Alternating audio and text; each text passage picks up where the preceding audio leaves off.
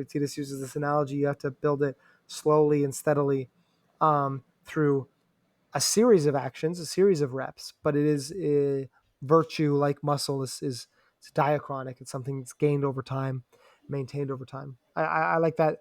I think act versus character is really important. When we're talking about the discipline of assent, we're not just talking about acts.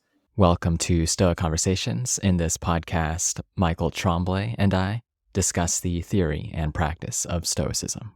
Each week, we'll share 2 conversations, one between the 2 of us, and another will be an in-depth conversation with an expert. In this episode, Michael and I discuss the discipline of assent, also called the discipline of judgment. We use both terms here and elsewhere. It's one of the 3 essential Stoic domains. And in this conversation, we talk about what is important, significant about it, how to practice it, what sorts of exercises are available, and then finally talk about challenges, common obstacles to work through when applying the discipline of assent. Before we start, Michael and I are running our live course this month, Stoicism Applied. It's grounded in the 3 Stoic disciplines with our experience teaching Stoicism in the academy and also, of course, through the Stoa app. So do check that out. We're kicking it off October 23rd. You can find more information about it at stoameditation.com/course. Here is our conversation. Welcome to Stoic Conversations. My name is Caleb Ontiveros. And I'm Michael Tremblay. And today we're going to be talking about one of the Stoic disciplines, the discipline of judgment, also called the discipline of assent. We're going to be going through some of what we think are the most significant and important aspects of this discipline, exercises one can do to train in this discipline, and then finally go through some of the challenges that we notice others hit when thinking of applying this discipline to our own lives. Yeah, let's do it. I mean, if you don't know about these disciplines yet, the three disciplines of Stoicism, I think this is a good place to start. This would be a deep dive into one of them. But for those that do, you know how important the discipline of assent is, along with sometimes called the discipline of desire and the discipline of action. There's a threefold division in Stoic philosophy around how to live and how to educate ourselves. And so today we are digging into that epistemology, that question of knowledge, that question of how do you think the right way, discipline of judgment and assent. Yeah. So the discipline of judgment, that's broadly all about reasoning well, making good judgments, assenting to the impressions that one ought to, or withholding assent from places where you should be more uncertain. I'd say it's fundamentally about seeing things as they are without adding unnecessary value judgments, making mistakes in reasoning, and so on. Of course, all the disciplines work together. You need accurate judgments in order to know what one ought to desire. And for the Stoics, desire and judgment are critically linked. And then, of course, the judgments one makes are in many cases decisions and lead to action. What do you want to say in terms of just some introductory remarks for people to get a sense of the discipline of judgment in case they haven't encountered it before? Yeah, I mean, I think you did a good job with it. Yeah, so the discipline of assent, I think in many ways is the most important discipline. So Stoic virtue it's about knowledge. So the Stoics think, if you think the right way, then you'll feel the right way and you'll do the right thing, right? So if you know what's important in each situation, if you understand what's really good and bad, if you understand what's worth doing, what's not worth doing, you'll do it. So our desire, our motivations, all of that is a type of knowledge, an understanding of what to do and why it's the right thing to do and what matters. So the discipline of assent in that way, it seems fundamental. It seems like the most important one. But on the flip side of this, one thing that Epictetus talks about is he also says it's really the last one. the last one to focus on, the one to focus on after you've gotten the other two disciplines right. Epictetus talks about, you don't want to solidify if you don't think the right things and you're misguided and you're misled and you don't understand Stoicism, you don't want to work on solidifying your beliefs, cementing that those opinions, really becoming more confident in acting in accordance with your opinions. You don't really want to work on any of this process unless you have the right material to work with. So in one sense, assent, judgment, it underpins all of Stoicism. At the other sense, it's also the most advanced thing you can do. It's also the thing that people need to work on to transition from advanced Stoic to sages, is really perfecting this final act too. So I don't know if that's confusing. That goes both ways, but it's something where it's both fundamental and advanced. And I think that's something worth keeping in mind as we talk about it. Some of the stuff we'll talk about is really basic to Stoicism, and some of the stuff is the kind of stuff, only ever assenting properly, right? Always Mhm. changing your mind if you're presented with compelling evidence, always suspending judgment unless you have sufficient evidence. That's kind of stuff that, only the sage will be able to do. So perfecting it is really advanced, but I think the base of any Stoic practice is going to involve some of this as a beginner too. Right, right. Yeah, that's a good point. So we're for this conversation, we reread the chapter on the discipline of assent from the book The Inner Citadel by the French philosopher Pierre Hadot. And this book is principally on the philosophy of Marcus Aurelius, and especially pays attention to how Marcus Aurelius's philosophy and his meditations is derived from some of the key teachings of Epictetus, especially the three disciplines. And Hidot, in his list, as he goes through the three disciplines, he has the discipline of judgment, discipline of desire, then the discipline of action, perhaps because the discipline of judgment just is so central to Marcus's thinking. But it's also true that behind our Marcus's thinking is infused with all three, and as such, we'll be going through some of the later disciplines in podcast episodes. So the key way we organize our course, so we're working on the course on Maven, and it's going to be structured using these disciplines as well. But we should get into what we think is most important, most significant about the discipline of judgment in particular. So do you want to kick things off? Yeah. So the part to understand about the discipline of assent. So again, there's these three disciplines. You have assent, desire, and action. And I think these can I always think this back in terms of Stoic psychology. So when we're talking about Stoicism, we're talking about character development, being better people, always thinking about, well, how does the mind work? How are we training the mind? How are we improving ourselves? And when you think about Stoic psychology, we they provide this model where you get impressions. So that's kind of this input coming from the physical world, the things you're encountering. Then there's this assent process, or this reflection process, that you then assent to that impression or not. And then that assent, once it's completed, that produces your beliefs. And if it's something to do with value, it produces desires, it produces your actions, your motivations. So really, I think of Stoicism as this kind of input output, and then there's this black box in the middle, and that's you. Or maybe it's this, maybe it's an opaque or a see-through box, a glass box that you have an understanding of. But there's this step in the middle, and that's you, right? So if somebody's a cowardly person and there's this impression of danger, then the output is going to be running away, fear. If you're a courageous person and there's this impression of danger, the output is going to be, well, an appropriate response, maybe a cautious response, but not an extremely fragile, impassioned response. And so the discipline of assent is what determines the output, right?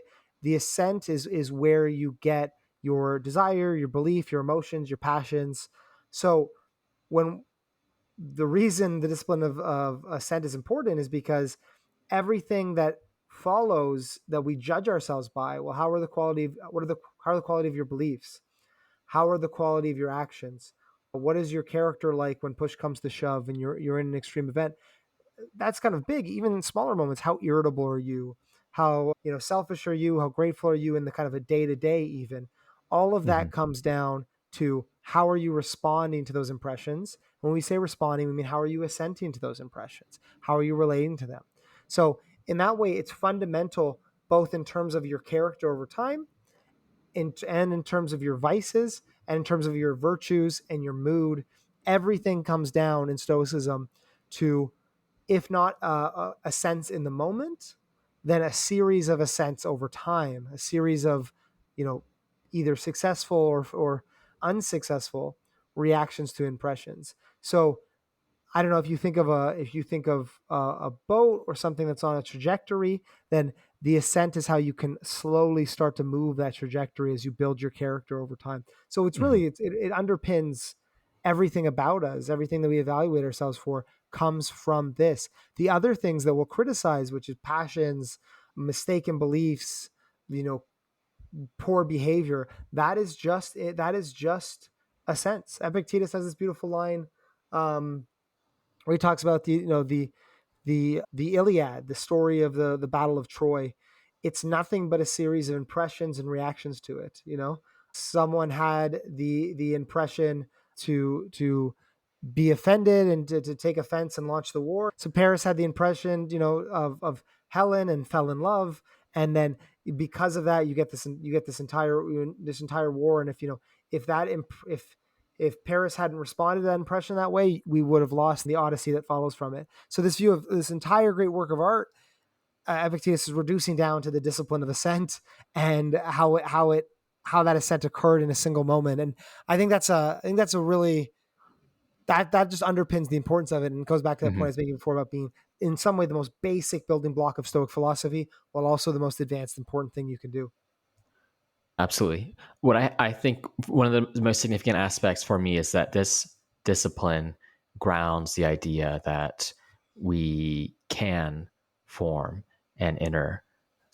There's this line that life doesn't happen to us. It's not an external matter. It happens within.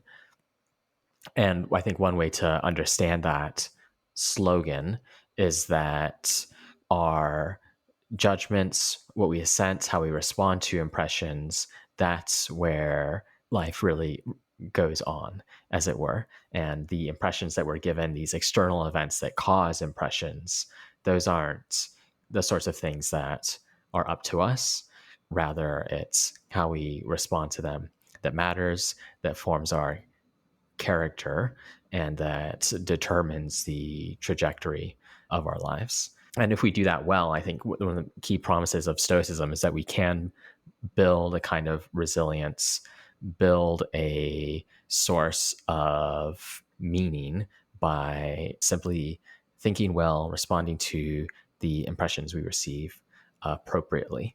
And the way that's done is by practicing this discipline of assent and ensuring that we accept all the impressions or representations that are objective, that are true, and then either withhold our judgment when matters are uncertain or refuse the irrational impressions we might receive or impressions that represent things other than the way they are. Yeah, I mean, I think that connects to my point, because I think my point was more descriptive. Well, there's this three-stage process: impression, Mhm. assent, and then belief, action. But your point is descriptive, but also kind of like I was thinking as like a part of, as you said, the promise of Stoicism. Well, hey, that's actually pretty cool. Hey, that means we have an inner citadel. That means we have freedom. That means we have the space between impression and action. That's a space the Stoics say that animals don't have, right? Like that's something that differentiates us as rational creatures from non-rational animals. And that provides that inner citadel where life happens. So it's not just a description of the fact, but it's like, oh, this is pretty important and pretty meaningful that this exists. And that's where the fun happens, I guess. Yeah, that's right.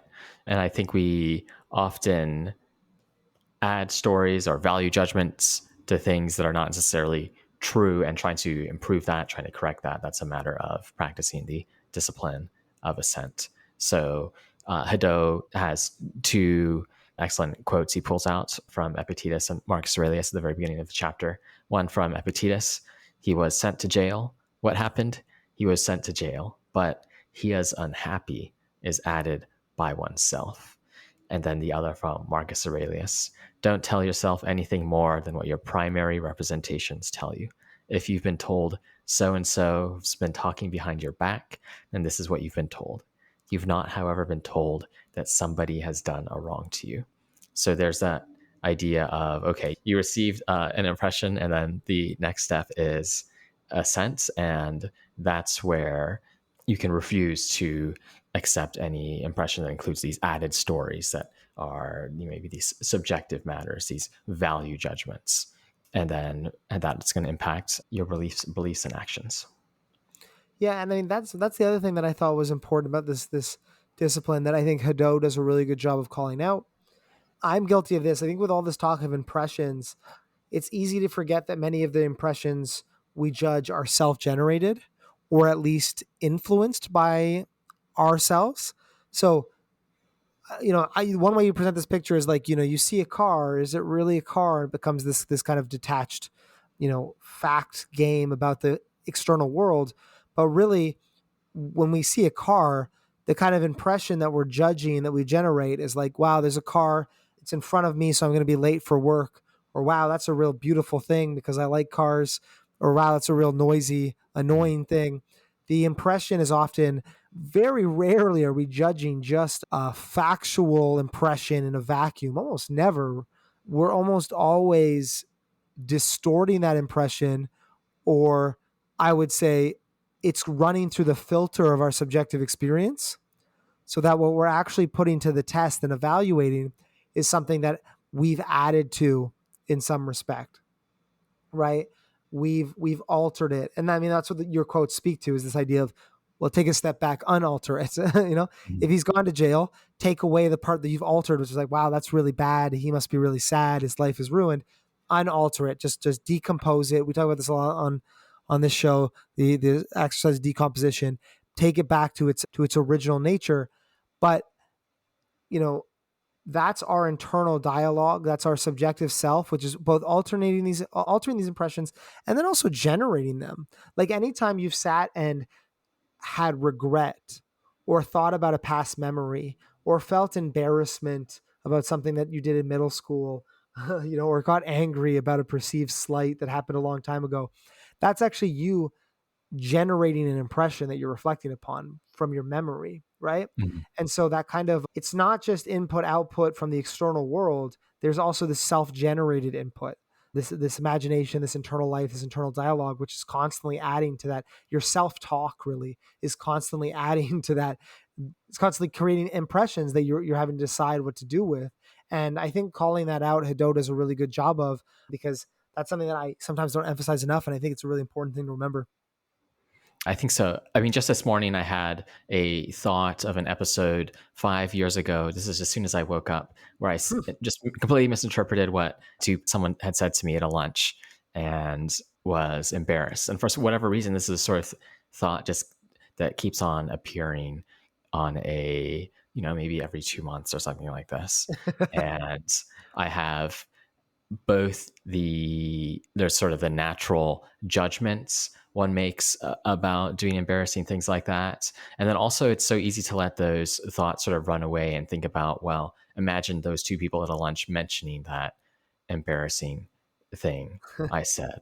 And that's just a descriptive matter, a hypothetical. And it's really pretty easy to let these thoughts sort of run away from you. I don't know what you said, Caleb, but I don't think they do. I'm pretty sure they don't. I don't do that. I don't talk about embarrassing things people said 5 years ago.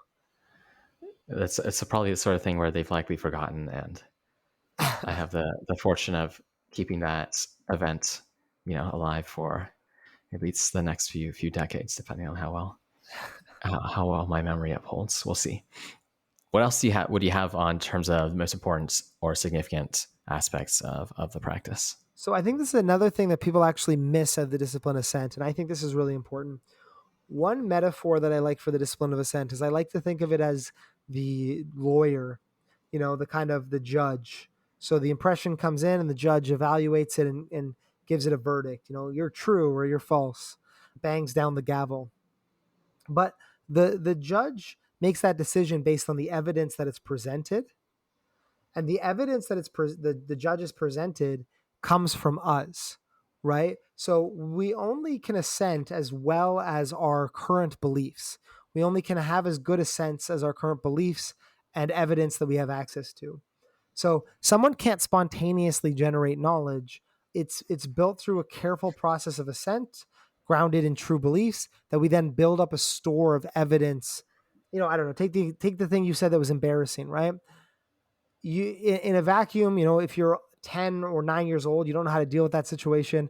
Now that we're our age, we have a series of evidence. We say, well, I'm the age I am now. I don't really spend time thinking about embarrassing things other people did 5 years ago. That's a piece of evidence. Well, I said something embarrassing to somebody else and then I asked them and they didn't remember or care. That's another piece of evidence. But we kind of build up this storehouse of evidence that we can then use to put the impression on trial.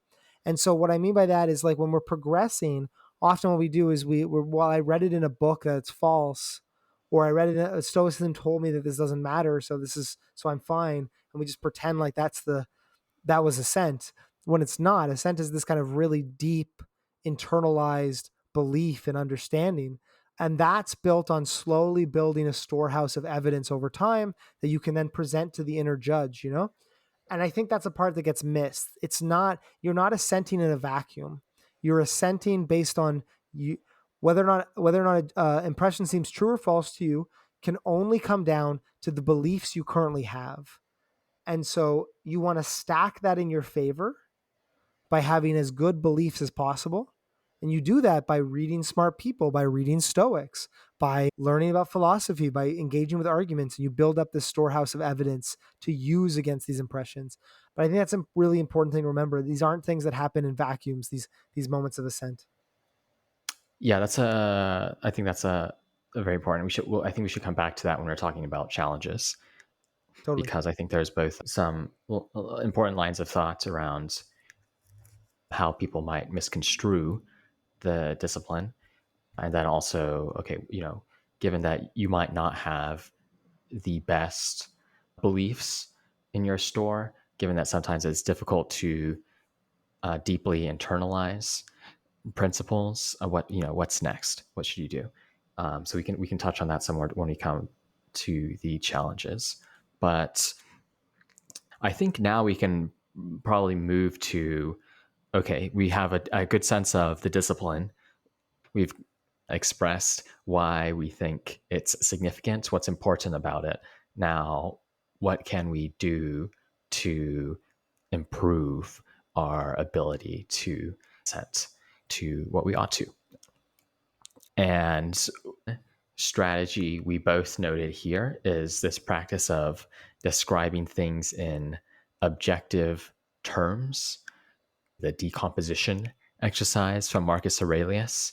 He has this famous passage in the Meditations where he describes this fancy Falernian wine merely as grape juice, the royal tunic as the blood of a dried shellfish, and just that as a effort, as a way to shift perspective and see these things about which there are so many different narratives about prestige, power, but instead see them as they are in their physical sense.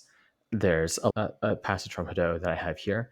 One must always make a definition or description of the object which is presented in a representation so as to see it in itself, as it is in its essence, in its nakedness, in its totality, and in all its details. One must say to oneself the name which is peculiar to it, as well as the names of the parts which compose it and into which it will be resolved.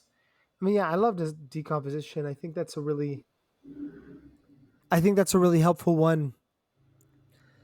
The point here is that, look, we receive a sense impression, but by the time we're judging it, it's gone through our subjectivity and we've turned it into something else.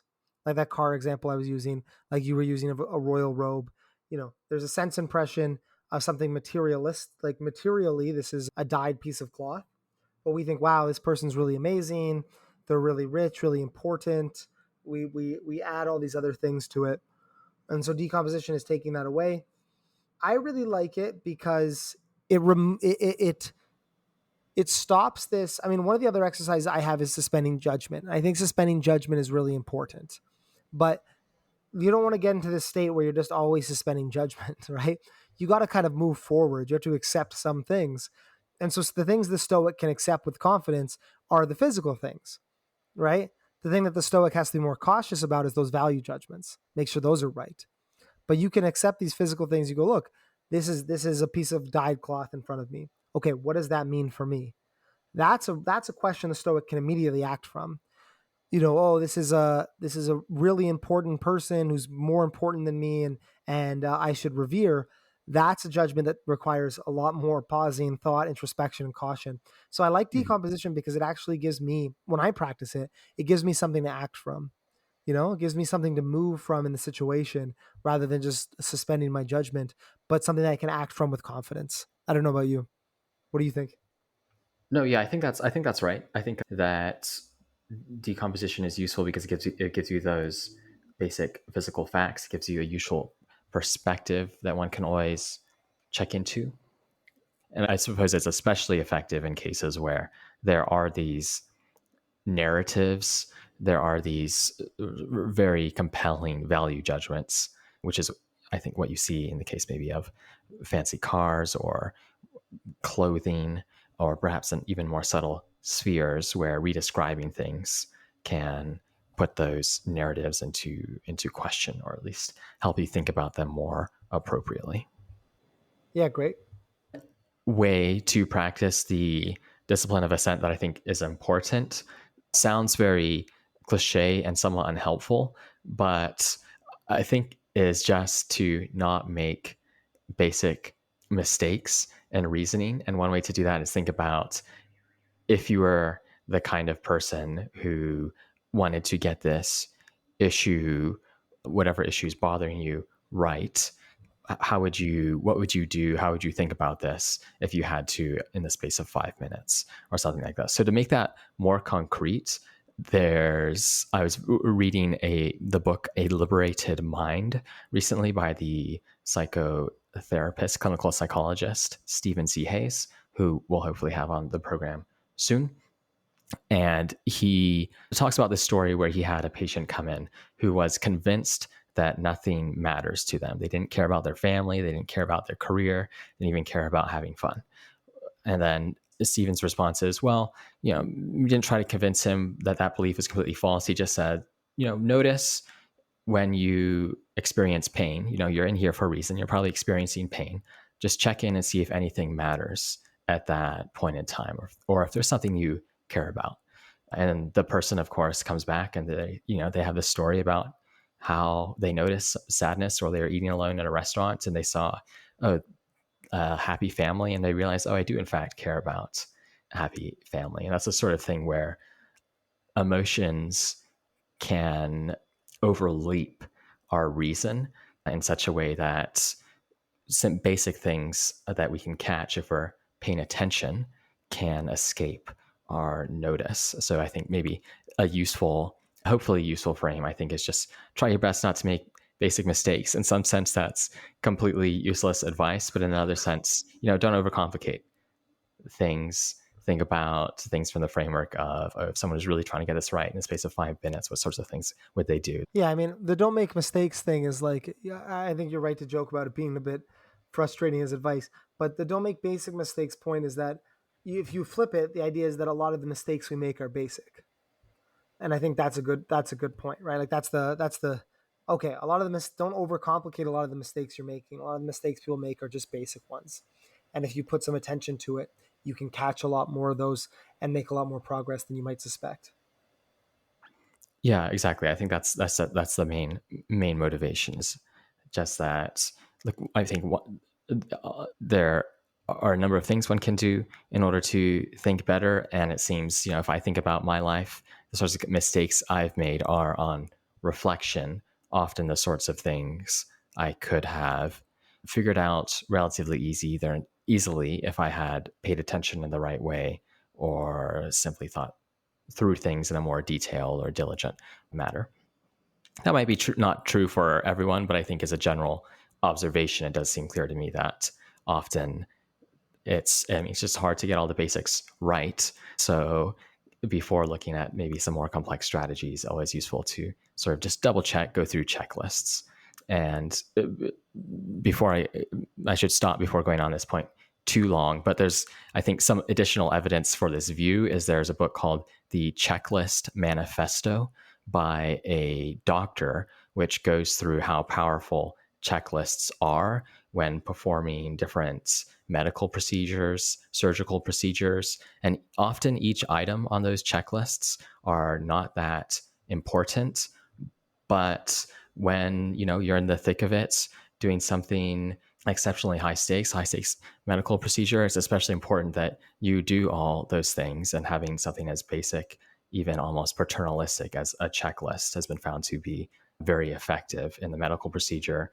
I'm sure many of you have had experiences in business where you think about, especially if you're putting on some complex logistical event or something like that, each part is in itself simple, but making sure the whole thing comes together is non-trivial. So perhaps our thinking is like that in the same way. So what would a Stoic checklist look like? What would like 3 check boxes be? Yeah. I think that it's, of course, one of the key ones is this up to me or not? Is this my own? Another one that I think is useful is if you can think about this role modeling, what would someone who wants to get this right, how, and had to think about it for 5 minutes, what would they actually do? What would they check? And then finally you have the other one might just be, okay, now that you've role modeled how someone might think about this, if it's useful, actually do it, and set that timer and try to think through the matter if that's something that's available to you.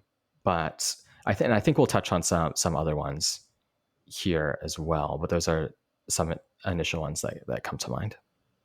Yeah, I mean, I was thinking of decomposition as a third one, something that can work. Yeah, but I like that idea. I mean, I like the idea of the checklist, the getting the small things right, like so many other things in life, so many other skills or crafts. The art of living is just getting those small things right again and again and again. And I think that in some ways might be frustrating if you're looking for a secret, but in other ways is I think to be expected and where the hard work comes in, right? I think it's a fun idea, Caleb. Another one that I do in terms of like basic errors that I try to avoid, and I have this as one of my exercises. I think one of the things you can do is like learn the rules of logic, learn about logical fallacies. So just kind of understand basic errors of reasoning that people fall into, basic biases, to try to identify those and slow down when they're happening. One thing that I try to do that I would say is on my checklist is I try to have we should maybe write one of these up, a Stoic thinking checklist. Good idea. Is to have a consistent standard of judgment, which means to be a standard of judgment that I apply even if the situation benefits me or the situation harms me, right? So, if I'm having an argument with somebody, I might say, well, look, I looked up this peer-reviewed literature, or it says on Wikipedia that I'm right. And then I would take that as evidence to confirm my view. But then if someone arguing against me was like, oh, well, look, I found this article or I found it on Wikipedia, and then I start to say, well, I don't really believe that. That shows me that I don't have a consistent standard of judgment, that I'm bending the rules to suit some sort of greater desire or, need, which is maybe to be right or to preserve my ego in the situation. So I try to catch myself in points like that, not just in arguments, but in terms of my own believing, right? Like if I'm like, well, this is the standard of judgment that I'll have before I believe something.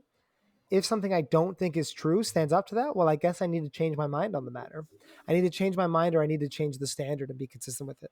And that's been really helpful with me because it's so easy in our reasoning to fall into a kind of confirmation bias thing where very, very low standards if we agree with it or it benefits us, very high standards if we disagree or it harms us. And so that's a simple checklist rule that I apply. And I think something that people can use to get that discipline of assent in check. So Epictetus, for example, talks about having a set of scales that you weigh things by, right? And he's like, you would never go to the market and you don't have a scale to measure up the weight of the fish you're buying next to the gold or something like this. So when you think about things, you need a scale. What's that scale going to be? And he's talking specifically about the dichotomy of control. When we're talking about good and bad, so that scale is it up to us? Is it our own? But I think that same thing is be really clear about what gets an assent from you, or what justifies a belief, and make sure that standard criteria is consistent. That's one thing that I work on. Yeah, I think that's all.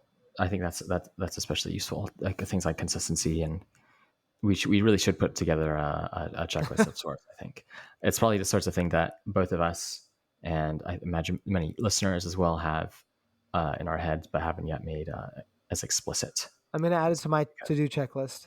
Yeah, Write a yeah. check. Write this checklist. Got checklists for our checklists. Another exercise I think I want to mention here is that one assent, I think it's easy to think of it, and maybe I'll say a little bit more about this later when I come to challenges. Easy to think about it as a matter of a simple snapshot. You get an impression. Next step is you agree to it or not. And then next, you move on. But often, I think forming our beliefs, forming our habits is something that we need to do repeatedly. And one way to really internalize a belief or improve our thoughts is to make those correct assents over and over again. But we can also make it easier to assent to what is true by changing our behavior. I think this is what things like exposure therapy help people do. So there are some people who really don't like going outside at all, and they become hermits and rob themselves of social interaction. And I think one way to approach that would just be whenever they notice those ancient thoughts, try rebuke them and then move on. But another way to take on those thoughts is to change the impressions you're receiving, and that it could involve slowly exposing yourself to more social situations, exposing yourself to going outside and doing that in a reasonable way, scaling to scarier and scarier situations, as it were, until you're able to live out a good social life. So by doing that, you might have some belief, I cannot survive if I go to a house party. Well, one way to show that belief is false is by getting to that state where you can go to the house party and noticing that you survive. You have not died. And that's going to be, I think, useful in fact, shaping your beliefs, and in that case, perhaps having a better social life. Yeah, it's like that evidence before the judge thing, right? Like we're not Yeah. brains in vats who are self-generate. Sometimes it's if you go out into the world, you will get pieces of evidence, especially if you do it in a way that's like sustainable within your like just a bit outside your comfort zone. You will get pieces of evidence. You will get types of experiential knowledge that can then play back into this feedback loop. So instead of generating change behavior through a set of thinking, you change your thinking through a set of behavior, because that behavior then inputs evidence into the thinking, right? And changes the course of the thinking. Mm-hmm. Yeah. Awesome. Well, we want to move on to challenges, but I want to get just one. I want to get one last of my exercises here, which is suspending judgment. And so we talk about suspending judgment a lot. It's one of these basic Stoic exercises, which is first things first. When you become a Stoic, extend that space between impression and assent. Give yourself time to think. Give yourself time to reflect. But I really just want to explain it using the framework we've been talking about today, or at least my judge metaphor, which is to say, by suspending judgment, you're not just doing nothing. You're not just delaying the inevitable, or you're not just assuming a skeptical position. You're really increasing the length of the court case, right? And the view is that, if I give this judge 5 seconds to deliberate, he might come up with a poor decision. But if I give him 5 minutes, I have space and time to introduce new arguments, to introduce new evidence, to actually change the decision. So even though the judge is the same, even though I'm the same person, whether I assented in 5 seconds instantly, or in 5 minutes, or in a week, I can actually change the way that I relate to that impression by changing the evidence that I'm considering, changing the beliefs that I'm putting forward. And this was a big part of Stoicism. Epictetus's discourses and handbook. Discourses were the lectures. The handbook was something literally meant to be carried in your hand. And the function of the handbook actually was to serve that function, was in these moments of deliberation to introduce the appropriate quote, introduce the appropriate consideration to be evidence in that court case in your mind, right? And so suspending judgment, I guess I want to say suspending judgment is a really crucial exercise, but I want to encourage people listening to be more active in that suspension of judgment. When you do suspend that judgment, don't just assume a skeptical position or delay, but actually actively introduce counter arguments, consider Stoic thoughts, or even your own thoughts and your own values in that situation. Make it more of an active process. Yeah. I think that's useful. Cool. Well, what do we have for challenges? Yeah, so these are, a couple ways you can take challenges. One is challenge in applying the discipline of assent correctly, and actually what challenges people have when they go about trying to succeed in this. So one thing that I wanted to call attention to, which Hadot does a really good job of calling out, is this difference between impression and lekta.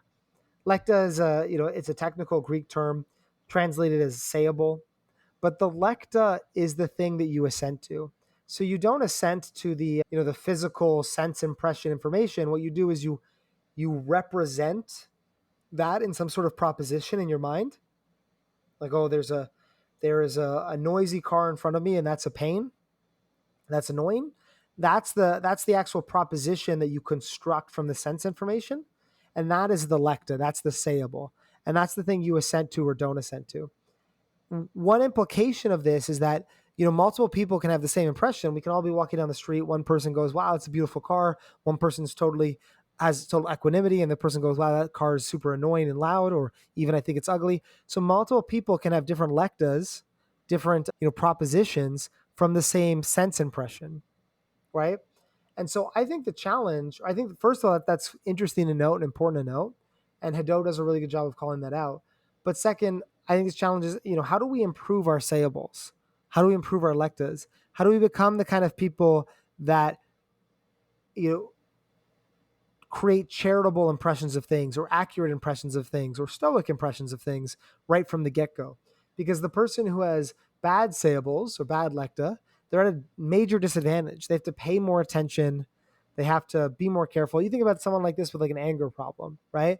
That person is going to get much worse impressions when they're encountering frustrating situations or the people in their life. They're going to get much worse propositions that their assent has to deal with. So I think one of these struggles, or one of the questions, is, not just that discipline of assent, not just that moment of action, but how can you stack the odds in your favor by having these like nicer people on trial, these better things, these easier situations on trial, instead of these complicated, frustrating, difficult ones, right? I think that's something that I'm thinking about personally in my own practice. Yeah, it's an important challenge.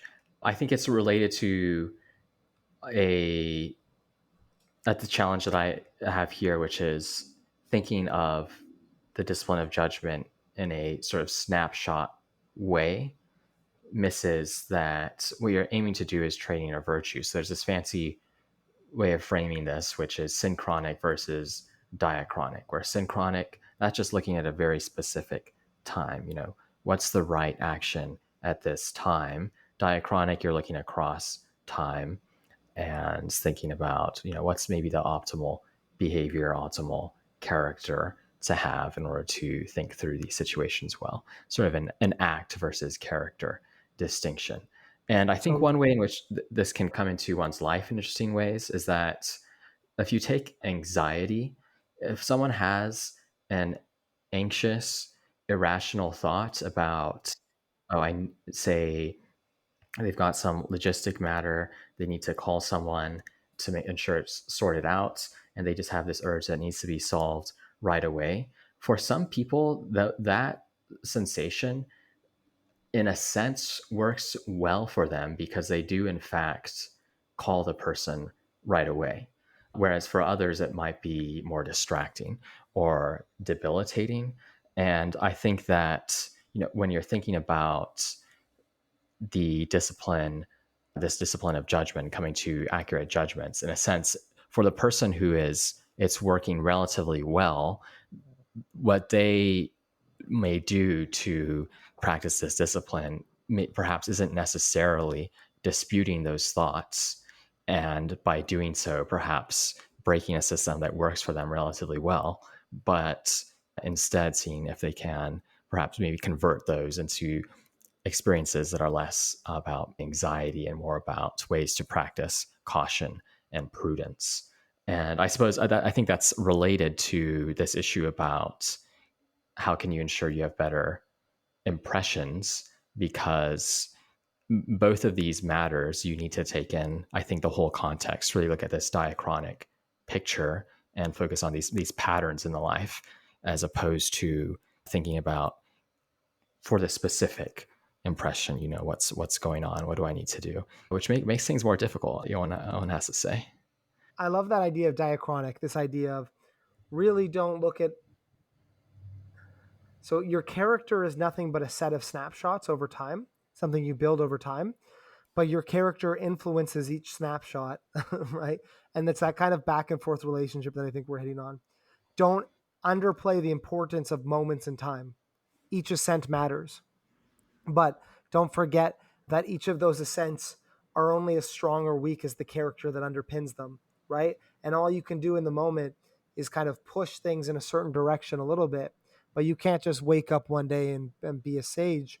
You have to like building muscle. Epictetus uses this analogy. You have to build it slowly and steadily through a series of actions, a series of reps, but it is a virtue like muscle is it's diachronic. It's something that's gained over time, maintained over time. I like that. I think act versus character is really important. When we talk about the discipline of assent, we're not just talking about acts, even though those acts do matter.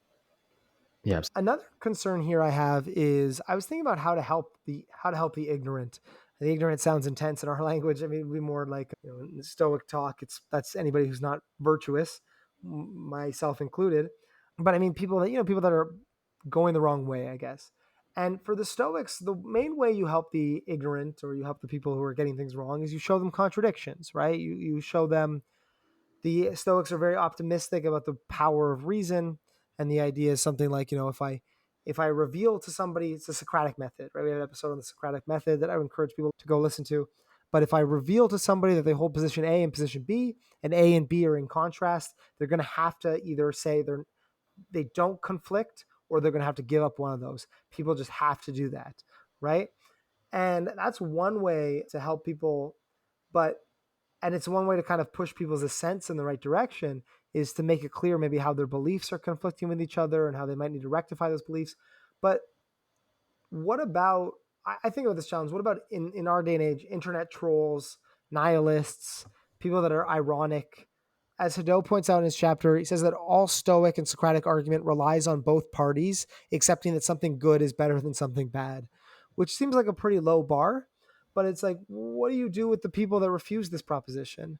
What do you do with the people who aren't afraid of a contradiction? Maybe that's not the people listening to this podcast. Maybe that's not people who consider themselves practicing Stoics.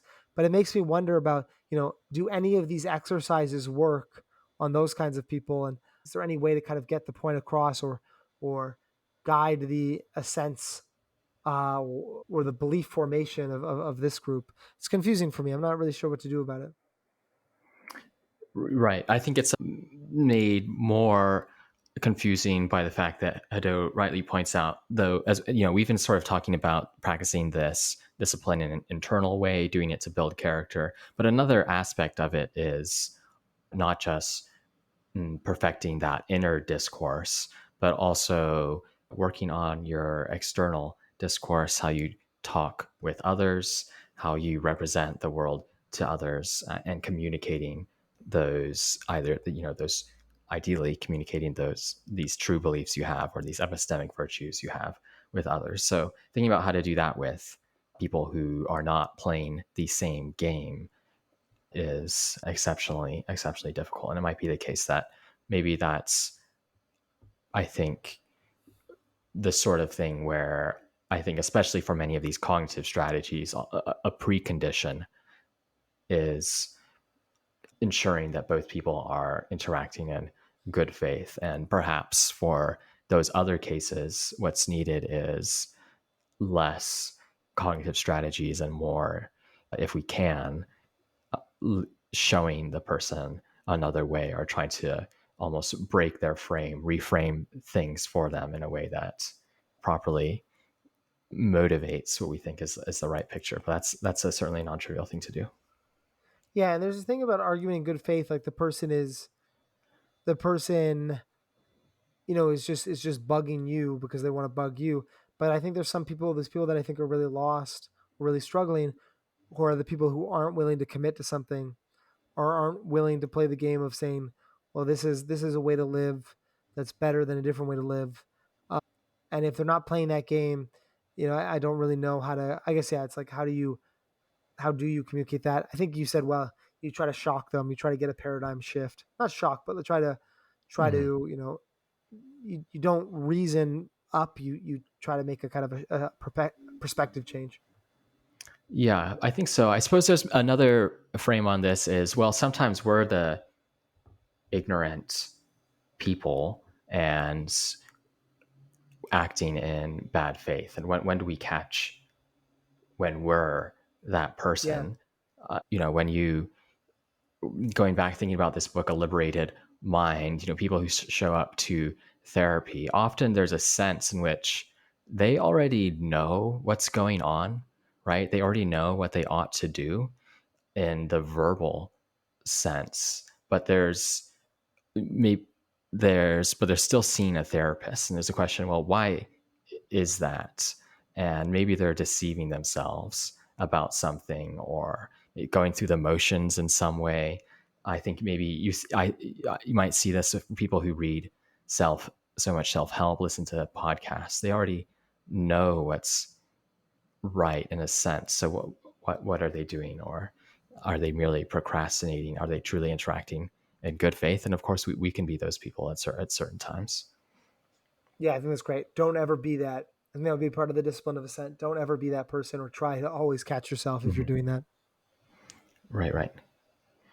Well, I think we have a few others here, but we're actually at a pretty good spot to wrap this up. What do you think?